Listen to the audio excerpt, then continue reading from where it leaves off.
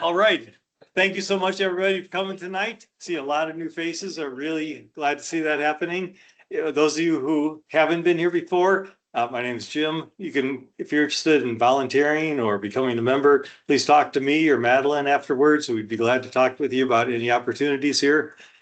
Please check out the museum store. And also, as always, Kath Thomas and her crew does a great job with food. So please give her a quick round of applause. All right. So we've been very fortunate to have Madeline Crispell become our curator here. Was our first real strong professional coming in with the field. And she's made some great changes. She has a strong background, worked at the Newberry Library, and she's been with the Evanston Historical Society for a long time. She's curated exhibits at a number of other places. So this has really been great having her here. And she gives great presentations. And so I guarantee you're going to enjoy this one tonight. So please welcome Madeline Crispell.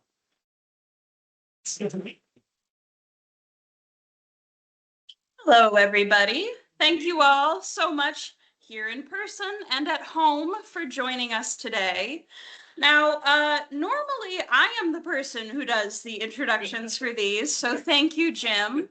But what that means is that normally I, cut my spiel short of all the exciting things we have going on at the museum to let the speakers start on time. And, I'm not worried about that as much tonight.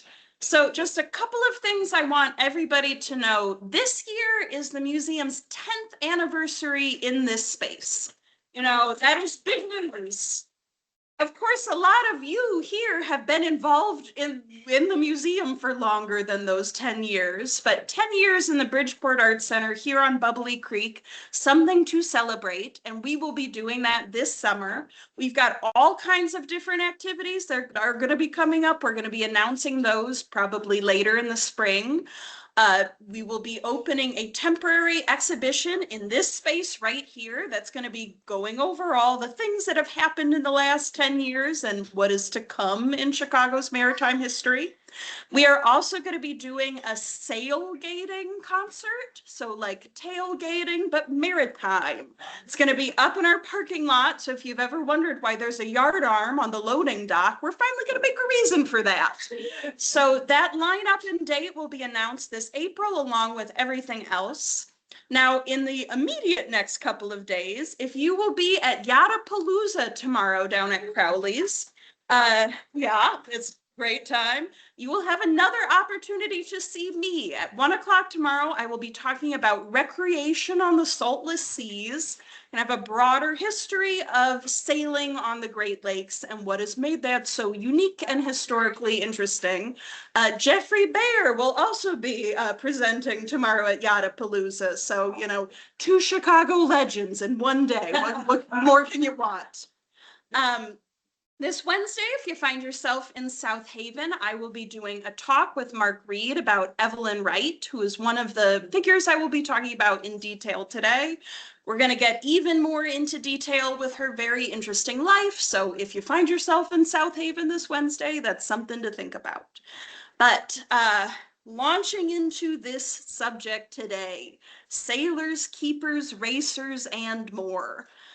So this is kind of the first presentation big program that I developed when I started working at the Chicago Maritime Museum. And there are a couple of reasons for that. The first is that it was an interest of mine. When I walked through the Maritime Museum as a visitor, I found myself wondering, where are the women in these stories? Sometimes you have to kind of look between the lines to find them. We correctly honor Jean-Baptiste Plan du Sable as the first non-native settler of the city of Chicago. Would he have ended up here? Would he have known it was such a good spot to set up shop were it not for his Potawatomi wife, Kitty Hawa? I'm not so sure. And that's, not even goes to speak to all of the many women who are involved in the edges of some of these industries.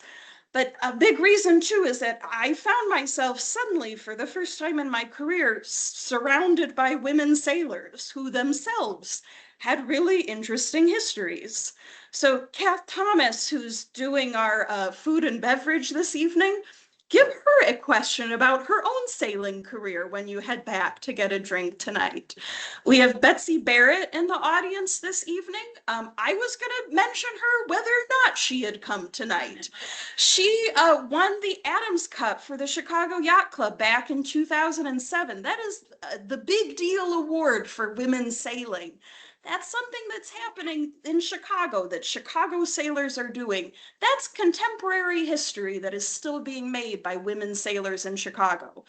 Now, the big caveat to that is I am not a sailor. I'm sort of certified landlubber. I get seasick on a ferry. So we will have an opportunity for a Q&A at the end of this talk, but I want to say that there are some questions that the women in this audience can answer a lot better than I can, and I so recommend you go find one of them to have a conversation at the end of this program, because not only does this museum bring together objects to tell a narrative, we serve as a community for the, sailors and the sailing community of Chicago. And one of the things that lets us do is make these conversations happen. So thank you, everybody who came here tonight. Now, I have to say, I had a lot of assumptions about women's history in sailing when I began this job. Basically, that there wasn't going to be much of it. And that, the Midwest probably less than other places, right?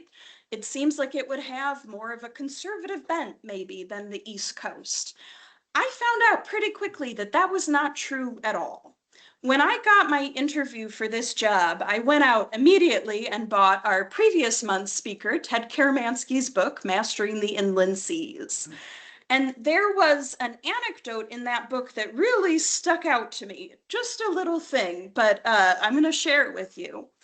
In the 1870s, an East Coast captain, John Kenlin, was hired to come be a captain of a Chicago vessel. And he boards his ship here in Chicago to find that the cook who had been hired to work on this voyage was a woman. Now this, something of a superstition. You don't really have women on ships necessarily, certainly not on the East Coast. So this captain, John Kenlin, immediately fires this cook. What a weird choice. He's going to hire a man to do that job. The entire crew of this ship that he was hired to be the captain of threatens to quit if he does not rehire this woman as the cook, because she's the best cook that they knew. And so I think that does an interesting job of setting up some of the tropes of this women's history on the Great Lakes, that we're not always seeing it. We know the name of this male captain who fires the woman, but we don't know this cook's name. That these women are all around these voyages in ways that we're not always thinking of. If she's not the captain, she's on the boat in another way. And that the Midwest really early on has a unique and separate history in how they approach women on the water than there is on the East Coast. And that native history of the Great Lakes is part of what helps us have a different history these days, and why we have so many record-breaking, amazing women who sail the Great Lakes even in 2026. Now, it was tricky to narrow down how I'm going to approach this talk. So I decided to organize it around three particular women. I am always a fan of narrative and making history feel personal. And so through, a couple different women, we can explore some of these broader themes in different areas of women on the water. So in this case, we have Evelyn Wright, who is the captain of the first all-female team to sail the Mac race back in 1905. We have Georgia Stebbins on the other side, who was a female lighthouse keeper in Milwaukee for many years.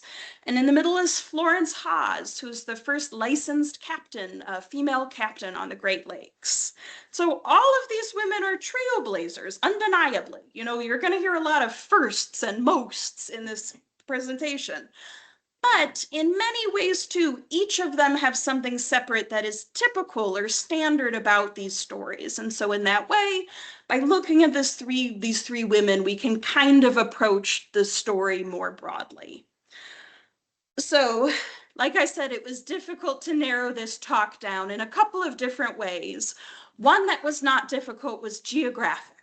So as the curator of the Chicago Maritime Museum, naturally, I am going to be focused on the Great Lakes, particularly Lake Michigan. Now, this is a map from 1915, kind of right smack in the middle of the period that I'm especially going to be looking at, the late 19th and the early 20th century. And, I have a real Lake Michigan bias that is going to continue in this presentation. And, in some ways, that Lake Michigan bias, you're going to see it in a lot of women's history. Chicago, Michigan, these are centers of population, and it's going to follow that you have more women involved as well. The fact that I'm not really mentioning Lake Erie does not mean that it's not important. It's just simply a little out of my purview for today. Now, the much trickier thing to focus down on was time period. So, like I said, there's a lot of really interesting contemporary women's history going on with sailing on the Great Lakes today. Just last year, I was asked to give a version of this presentation in Milwaukee for the Midwest Women's Sailing Conference. And, I met a number of women sailors. This past November, was it November, Erica? I gave a version of this talk for the first Sail Her Dreams Gala here in Chicago, where a whole new generation of girls are being taught how to sail on the water. And while there was another presentation from Marion Hoskins, who captained herself, Madcap, an all-female crew last year on the race to Mackinac. But, I really think of this presentation as being, kind of a counterpart to the material that you get in our museum. And we are really focused on that period in the 19th century and the early 20th when Chicago was one of the most important ports in the country. When we are that period, the busiest port in the United States, one of the 5 busiest in the world. Where are women in that story?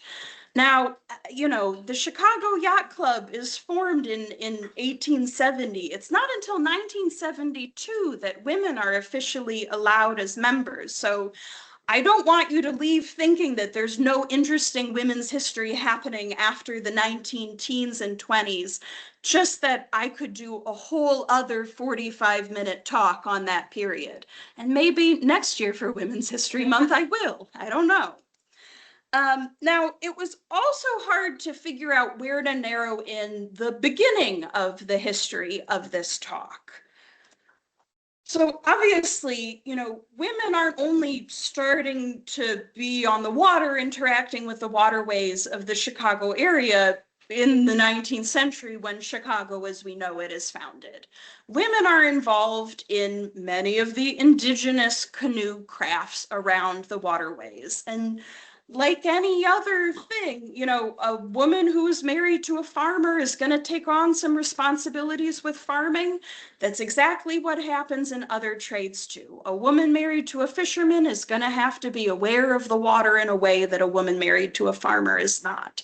And that is true certainly in the fur trade, where the wives, indigenous and otherwise, of fur traders were involved in their husband's work. This is a photograph of the replica birch bark that is hanging right outside my office on the other side of this wall here. And I have this highlighted so that you can see the lashing on this birch bark. So I had always kind of looked past this and not thought about this aspect of building the birch bark that deeply. This lashing is all the roots of the spruce tree. You would have soaked spruce roots and then prepared them by slicing them down in the middle so they're flat on one side and rounded on the other.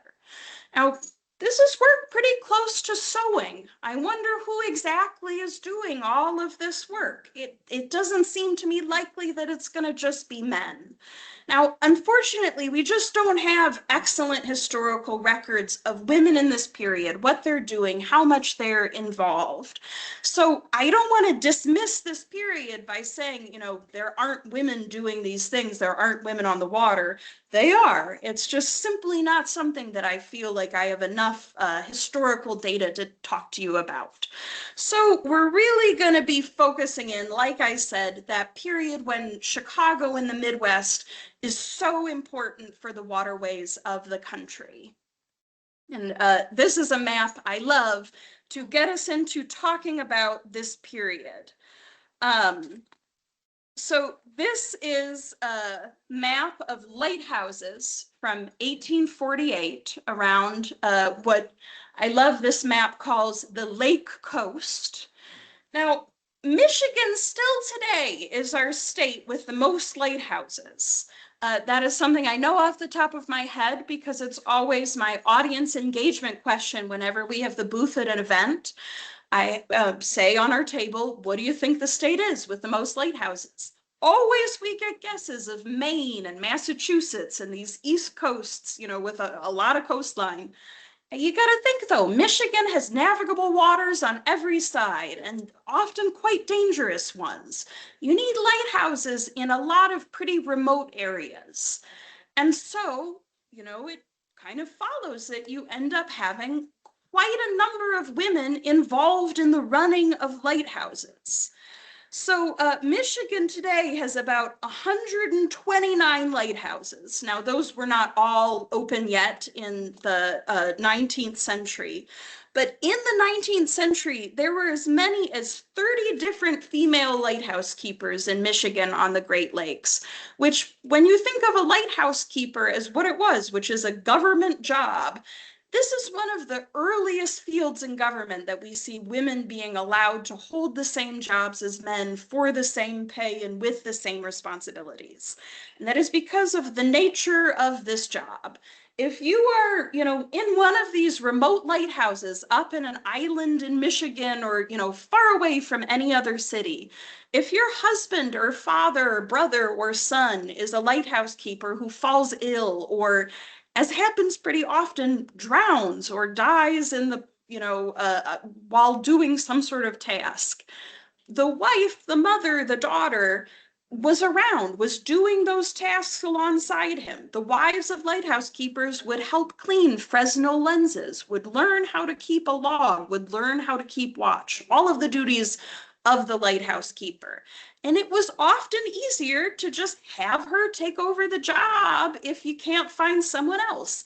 If the Beaver Point lighthouse keeper dies, his wife is going to be the only person within miles who knows how to do that job. So why not appoint her to do it?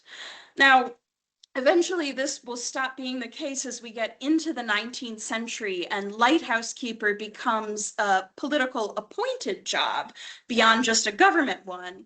And with political appointments, you get the power of being able to give somebody a job. And you see far fewer women who are not voters and thus cannot be that helpful to you by getting that position in them. Now, one of the female lighthouse keepers whose writing I particularly would recommend is Elizabeth Whitney Williams. She worked in lighthouses for 41 years. Really a typical story in these female lighthouse keepers. Her husband was appointed the keeper of the Beaver Island Lighthouse, you know, the largest island in Lake Michigan. She, as all wives of keepers would assist in his duties. He dies, he drowns trying to rescue the crew of a schooner in 1872.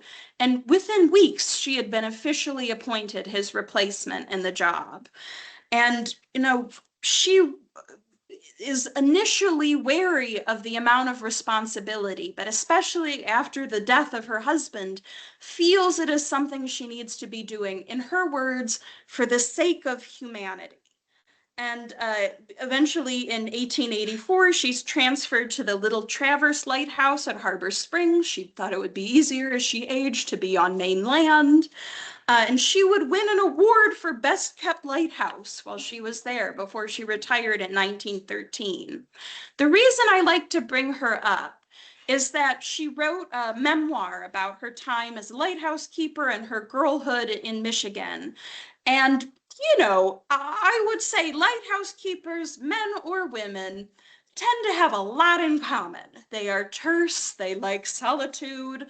Both of them are more likely to write about the weather than kind of reflect or wax poetically about their experiences. But every now and then you get something that shines through that feels like a woman's unique perspective on the job. And there's a quote I particularly love from Elizabeth that is one of the more poetic quotes from a lighthouse keeper that I have read. She writes about her second lighthouse. On the end of the point stands the lighthouse with its red flashing light, out at night over the waters, looking like a great red ruby set with diamonds, as the electric lights are shining around the bay and harbor. What more is needed of nature's beauty to make the picture complete? What a beautiful sentiment. You know, we have the natural beauty of this harbor enhanced by the rubies and diamonds that is the lighthouse. I think we've all had that experience of looking out at the lighthouse over dark water and reflecting on its beauty. And it's just so rare that we have that come down to us through history. So the lighthouse keeper I'm particularly going to be focusing on today is Georgia Stebbins. Now, in many ways, Georgia Stebbins is typical of these female lighthouse keepers. She was born in 1846 near Syracuse, New York, at the age of 20 in 1866, right after the end of the Civil War. She marries Lemuel Dibble Stebbins. Just a quick note. I returned yesterday from a trip to Shanghai and Kuala Lumpur. So if at any point I get anything wrong or miss anything, it's my jet lag, it's not me. And, you know, you'll forgive me for having to double check Lemuel Dibble Stebbins. So they moved to New York City from Syracuse. He's a watchmaker and a jeweler. But Georgia has persistent respiratory health problems. She gets diagnosed when she's 27 with tuberculosis and is told she's to leave New York City for her health. Now, at that point, her father, Daniel Green, had just been appointed lighthouse keeper of North Point Lighthouse in Milwaukee, which, if you haven't been, is open to tour in the summer. It is the only lighthouse in a park designed by Frederick Law Olmsted, who also did Central Park in New York, kind of a fun fact. Her father, though, when she arrives in Milwaukee, is in much worse health than she thought, much worse health than she herself had been in. And so immediately she starts taking over not only the household chores, cooking and cleaning and buying groceries, she also takes over the duties of a lighthouse keeper. She learns about how to clean properly the Fresnel lens, keep it lit, how to stock the lighthouse, how to write the log entries. She would assist with rescues if boats were in need of them. She was the person keeping watch. In 1873, she makes this move to Milwaukee. Her husband decides to stay in New York until, you know, either he would have the money to move out and meet her, her health would be better enough for her to move back to New York. But she finds that she kind of likes doing this job at the lighthouse. And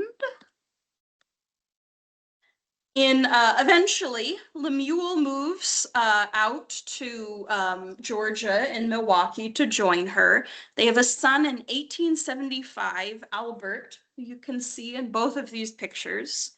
He would end up becoming a very prominent lawyer in Milwaukee, whose son was also born at the North Point Lighthouse, fun fact.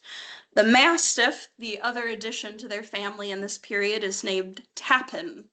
So Georgia's father officially stays lighthouse keeper until 1881, although she, at that point, would have been doing basically all of the duties. In everything but name alone, she is the lighthouse keeper of the North Point Lighthouse. And officially in 1881, the government makes her the keeper of the North Point Light. Now, like I said, this is really an important government job. lives are dependent on Georgia doing her job correctly. Commerce is dependent.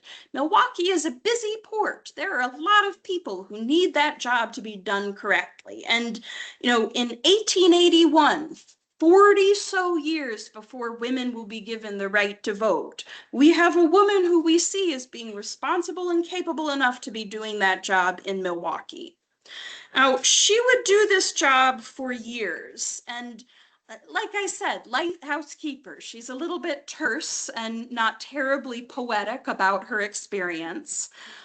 When asked later on about her years as lighthouse keeper at North Point, she would say, "It seems to me a lighthouse is a commonplace affair, and it seems to me the work of taking care of the light is very ordinary indeed." Now, I wonder if this is her kind of trying to downplay, this importance of the job that's been done to her. Modesty is a virtue that Georgia would have been aware of. But, besides the moments of high drama where she is rowing out to save the people on a wrecked schooner, most of her job is somewhat prosaic. She's getting up in the morning, she's cleaning the lens, she's noting the weather. Certainly something that a woman, even by the standards of the 1880s and 90s, could do. Now, the lighthouse is eventually decommissioned on June 30th of 1907. She had served in unofficial and more official capacity at that point for 30 years. Incredibly long career at the same lighthouse. And at that point, when a newspaper asks her about her reflections on leaving the lighthouse after that time, she's a little less prosaic about it and says, "I have become very much attached to the lighthouse, having lived here so long. I think there is no more beautiful spot on the lake shore." Again, showing that same attachment that Elizabeth did to her lighthouse. She would die in July of 1920, before the first election that she would have legally been allowed to vote in. Again, a woman holding a government job for 30 years, almost 30 years. And this is not something that was happening in the Midwest. Or out of the Midwest. Those 30-some female lighthouse keepers of the 19th century are almost entirely on Midwestern waters on the Great Lakes, with just a couple of exceptions. So this is one of our first figure here, getting into commercial sailing, which is one area that there are, far fewer kind of strong historical people to pull from in the 19th century. Now, that does not mean there were not women involved in commercial sailing in the 19th century. As I gave the example, women in the Midwest served as cooks on vessels on the Great Lakes. They served in other capacities too. There are a number of different stories of women disguising themselves as men to work on ships on the Great Lakes. And naturally, we would only know those stories if they went poorly. So, any woman who successfully disguised herself as a man to work on a Great Lakes schooner, we don't know her story. Like I said, as you walk through the museum, you have to read between the lines for some of this history. But in this case, there is another trailblazer that we're going to be looking at, Florence Haas. This map, another one of my favorites, a 1940 map that shows the flow of different resources around the Great Lakes. I don't need to tell the people in this room how vital Great Lakes ports are to commerce in the 20th century. As we see manufacturing fall and we see trade fall in the Great Lakes, that maps almost exactly to the Rust Belt. The story of Great Lakes shipping and the story of Great Lakes manufacturing is all intimately tied together. Women are a lot more involved in this history than we might realize. So Florence Haas is born in 1863, one of 11 children to Isaac and Isabel Ramo. Now, Florence's father was described as one of those old-time lake captains, remaining on the water until advancing age caused him to give up his boat. Now, that attitude that he's one of these old-time lake captains may explain his daughter's affinity for the water. In the 19th century, it was not uncommon for Great Lakes captains to bring their wives and children aboard vessels with them, especially in the summer when you have calmer waters. Again, this is not something we see happening very often on the East Coast or elsewhere. And a young girl who's growing up on her father's schooner is maybe going to feel more comfortable with ships later on. She elopes in 1879 at the age of 16 with Joseph Haas, a German immigrant, 10 years her elder. That's Florence and Joseph here with their 3 children. Lawrence, Jesse, and George, I think in that order. Now, Florence and Joseph moved to South Manitou Island up in northern Lake Michigan, and Florence starts to work as a midwife, which apparently never lost a baby, but not enough life and death for her still. So, as I said, common for women to work in their husband's jobs. You know, a woman farmer or a wife of a farmer is going to be helping out with farm responsibilities. And Florence works in a number of different fields with her husband. They try small scale farming and fishing before they start finding steady work as mail carriers to South Manitou Island. This is their boat, Reliance, that they use to ferry mail and passengers between Glen Haven and South Manitou. And she was often the one piloting the boat. Even, you know, if her husband was behind the wheel, she would also join him, even if it was going to be bad weather and a maybe treacherous voyage. The passage that they were sailing to South Manitou is known for being particularly dangerous, very unpredictable weather. And, you know, even very experienced sailors balk sometimes at making this journey. She pretty quickly develops a reputation for herself as being totally fearless, more than any other sailor, of making this passage. There's a great article about her where during a particularly severe storm one fall in the late 19th century, she was carrying a lumberman as a passenger on her boat. Now, about halfway to the destination, he was so alarmed by the weather and by the height of the waves that he offers her $500 to immediately turn back and bring him back to port. Now, I'm going to quote the article. With a flash in her eyes, she turns upon him and said, "You keep still and I'll land you on the other side for 50 cents, which is the regular fare."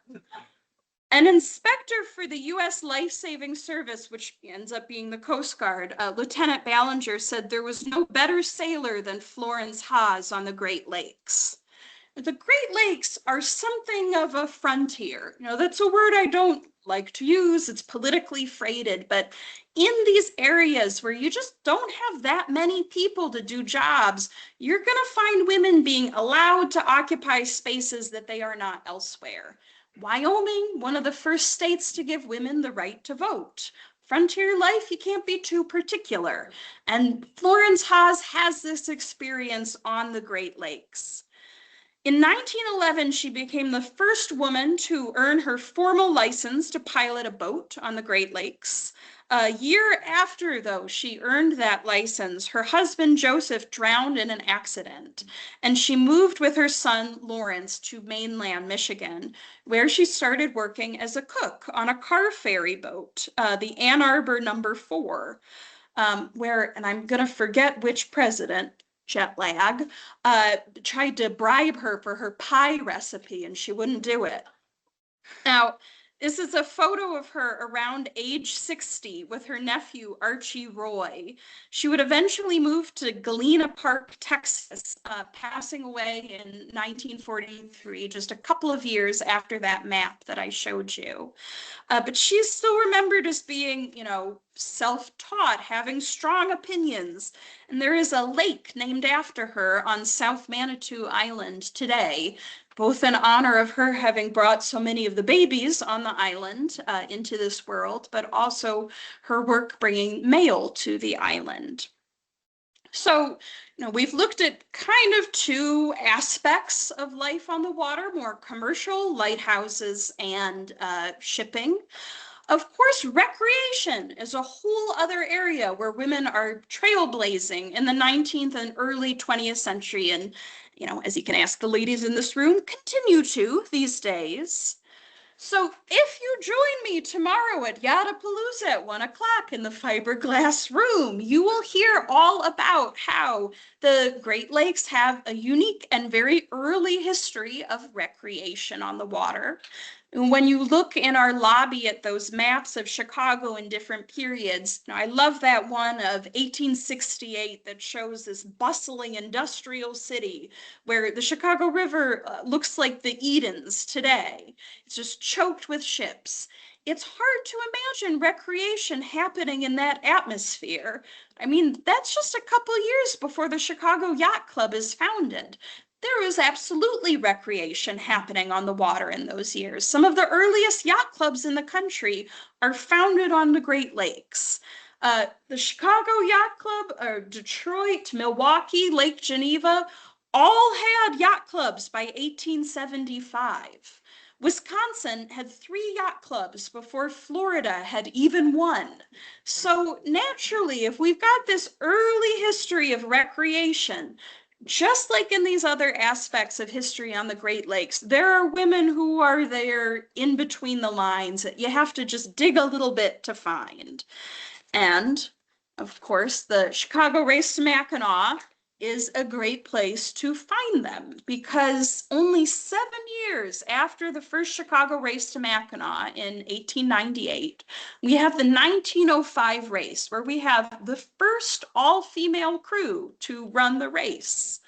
Now, again, if you join me on Wednesday in South Haven, you'll get a lot more information about this young woman, Evelyn Wright. So she was only 27 years old when she and her cousin, Sarah Carey, became the first all-female crew to sail the Mac. They were supposed to have one other young woman join them on the crew. She couldn't make it fit in her schedule. They made it very clear to the journalist who interviewed them that she was not afraid. It was not that. She just couldn't make it fit in her schedule. Now, this is happening in 1905, more than 60 years before the Chicago Yacht Club officially would allow women members, that she is sailing the Mackinac race. And she does encounter opposition, not necessarily in the areas you would expect. It's much more the media, it seems, than other sailors who seem to question this endeavor.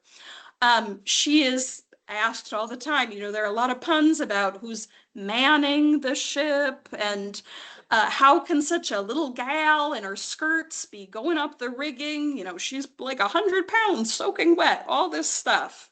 She's asked by the journalist if she is afraid of making this journey.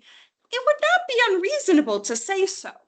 Quick question, who in our audience has sailed the Mac race before? Yeah, it's not something to take lightly, right? She's asked by the reporter, is she worried? Is she afraid of what she's about to undertake? And she says, oh dear no, I have sailed for 10 years, ever since I was a wee bit of a girl. But this is the first really and truly race I ever went into. It is terribly exciting, of course, and I don't even hope to win. But I'm game all right, and I'll get to Mackinac if this boat holds out. Now, I love that for a couple of different reasons. I love how spunky Evelyn is, but also what I've been saying this whole time about these invisible histories of having to read between the lines. The idea that in the 1880s, when she's growing up in Chicago, not only is it apparently uncommon enough for her to learn how to sail that, it's not being remarked upon at the time, but that there are other young women in her orbit, in her family, who she knows who were also taught to sail in their girlhood, apparently. All of this is happening in a period where we're just really not thinking about women sailing, racing at all. Now, her one concern was the size of the crew, only 2 women to man their sloop, the Lady Eileen.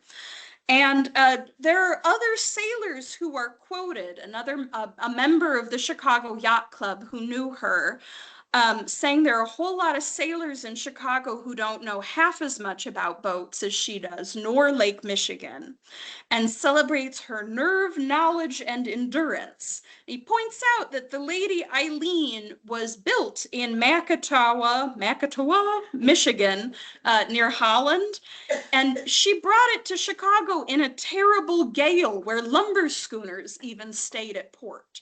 So if she's able to do that, one can assume she can head the other way too.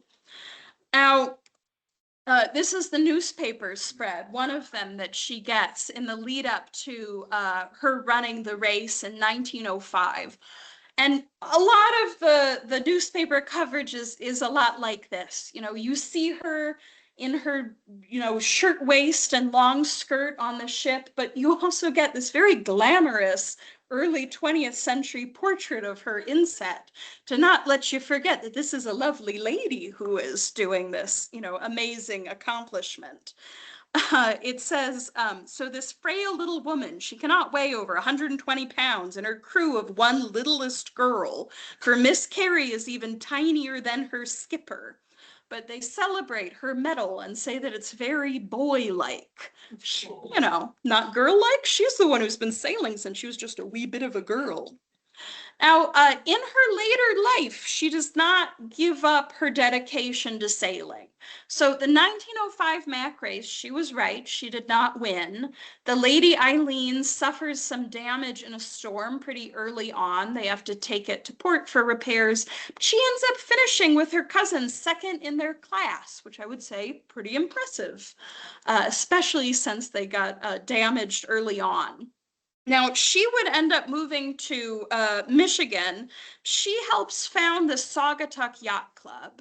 And at the Saugatuck Yacht Club starts doing a program for sailing lessons for, young students, girls and boys.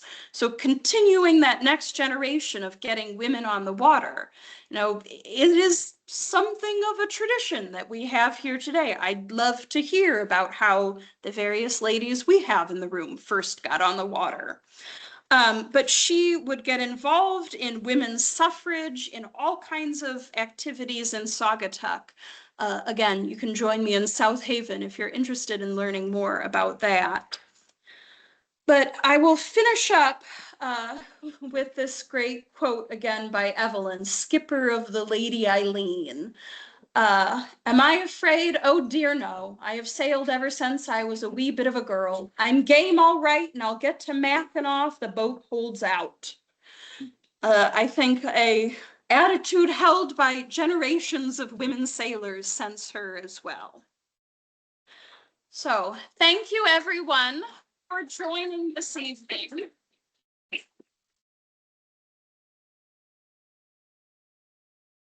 Relieved that I neither fell asleep nor started accidentally speaking Mandarin, but we have time for questions if anyone has any for me, and then I would love to let you all have exciting and interesting conversations amongst yourselves. Yes. Why do you think yacht clubs were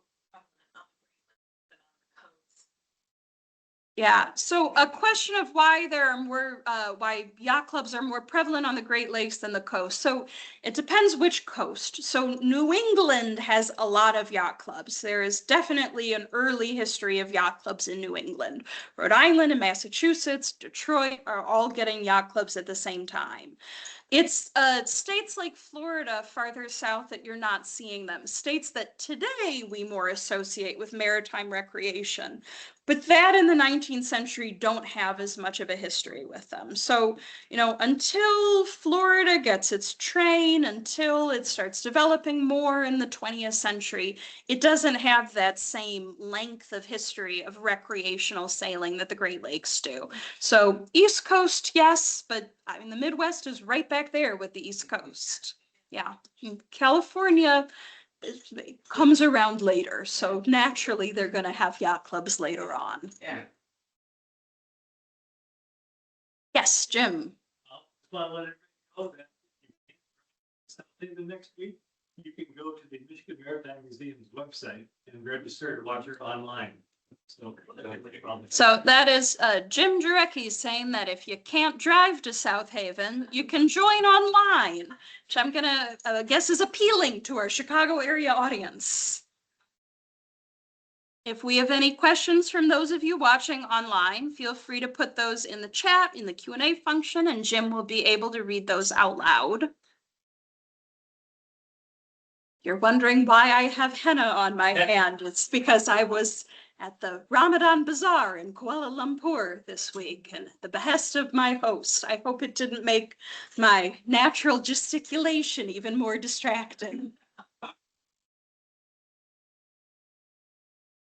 Okay, well, I'm guessing that everybody is so quiet because you are digesting all of this information and excited about going to look in our galleries where you can learn more. So I will free you now to go do that and explore our galleries. Thank you all so much for coming this evening.